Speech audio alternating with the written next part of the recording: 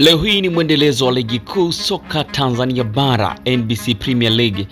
Inatarajiwa kuendelea kunguruma na pale Tabora, katika mji wa Tabora, katika uwanja wa Al Hassan Mwinyi kutakuwa na mtanange mzito kwelikweli ambao umeteka na kuvuta hisia za watu wengi vilivyo, baada ya wiki hii kuwa na kashikashi za hapa na pale, ni mitandaoni kukaa tubize. Mchezo huu ni kati ya Tabora United dhidi ya Yanga, ambapo ni mchezo wa marudiano wa mzunguko wa pili. Tukumbuke katika mchezo wa kwanza wa ligi kuu soka Tanzania bara, Yanga walichezea kichapo cha goli 3-1 pale katika uwanja wa Azam Complex Chamazi, ambao ulikuwa uwanja wa nyumbani wa Young Africa. Leo hii tunakupitisha tu kwenye baadhi ya vitu ambavyo pengine vinaweza vikachagiza matokeo kwa namna moja ama nyingine katika mchezo wa siku ya leo, lakini pia kuna kauli mbalimbali zimetolewa na mkuu wa mkoa, kuna shutuma mbalimbali ambazo zimetolewa za hapa na pale kwamba kuna baadhi ya viongozi wamekuwa wakizunguka nyuma ya pazia na kutoa hongo. Sasa hapa ni kauli ya mkuu wa mkoa wa Tabora bwana Paul Chacha Matiko akizungumzia vile vitu ambavyo vinaendelea kutokea na namna gani ambavyo amewashauri wachezaji wake waweze kukabiliana navyo. Tumsikie hapa.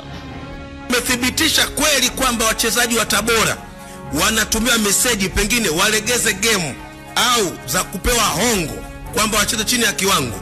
Paul Chacha, mkuu wa mkoa. Bahati nzuri mwandishi, mimi huwa nikizungumza jambo nimelifanyia uchunguzi. Ilitokea kwa golikipa wetu na tukamuondoa, ilikuwa wazi tu. Kwa hiyo na swala la rushwa huwa linakuwa ni siri kubwa sana. Unaweza usithibitishe, lakini unajua kwamba hapa kuna kitu kimetendeka, japo uthibitisho hauna, lakini kuna kitu kimefanyika. Ndio maana nimewaambia vijana wangu, kwa sababu wananionyesha message wanazotumiwa. Nawaambia, kama mtu kakutumia hela, wewe huwezi kurudisha hela. Wewe chukua, fanyia matumizi yako, lakini nenda kaonyeshe kiwango chako uwanjani, ukutambue wewe. Vipi, wamekuonyesha meseji za pesa au meseji za kwamba walegeze game? Sipo meseji pengine ya siri tu. Mheshimiwa, manako mheshimiwa umebaini na ukajua hizo meseji za hela au walegeze game wacheze chini ya kiwango. Wengine wanaahidiwa kwamba wakilegeza na ikaonekana wamelegeza watalipwa baada ya mechi. Kwa hiyo kama mwenyekiti wa ulinzi na usalama mkoa wa Tabora, na wewe ni RC hapo, unaruhusu pengine TAKUKURU ianze kufanya kazi? Nishatuma vyombo, vipo kazini. Niliwaambia, kama jana umenikoti vizuri. Ndio nilisema kuanzia usiku wa leo mpaka siku ya mechi taona kitakachotokea. Sawa, mlimbaini golikipa gani huyo? Kuna golikipa mmoja tulimuondoa katika kikosi chetu. Anaitwa nani? Na sasa hivi yupo nafikiri ni Singida Black Stars. Anaitwa nani huyo mheshimiwa? Afuatilia tu golikipa aliyekuwa kwenye kikosi cha Tabora United, sasa hivi yupo kule. Ni nani alikuwa? Kwa hiyo mkabaini kwamba ana viashiria vya rushwa. Sio ana viashiria, amehongeka. Hatakuwa na uthibitisho wa moja tungemfikisha mahakamani, kaona tumuondoe katika kikosi, aende huko akafanyie nidhamu hiyo mbaya huko.